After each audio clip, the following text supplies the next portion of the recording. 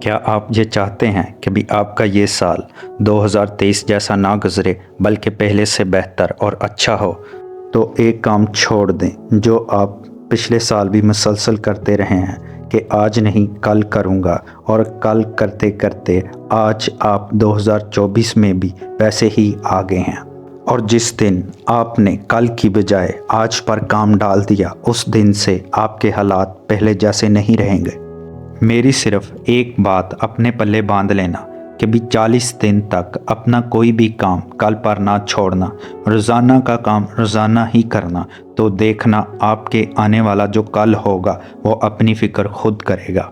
کیونکہ یہ قول کسی انسان کا نہیں ہے بلکہ اس ہستی کا ہے جس نے اس کائنات کو بنایا ہے اور جس نے تجھے اور مجھے تخلیق کیا ہے۔ اور میں اس ذات کا ذکر کر رہا ہوں جس کی دی ہوئی سانسوں نے آج ہمیں اس زمین پر زندہ رکھا ہوا ہے، اور وہ اس بات کا ثبوت ہے کہ وہ ہماری فکر کرتا ہے۔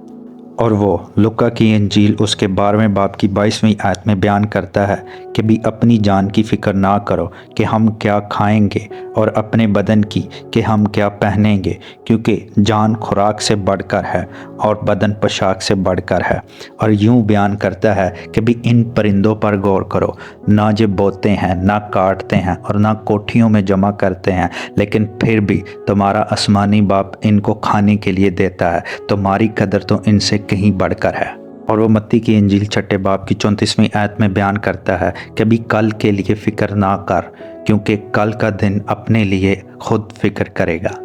تو اس لیے میں آپ سے یہ کہنا چاہتا ہوں کہ بھی 2024 میں اس بات کے لیے فکر مند نہ ہونا کہ بھی تو اس میں کیا کھائے گا، کیا پہنے گا، اور تمام اخراجات کیسے پورا کرے گا۔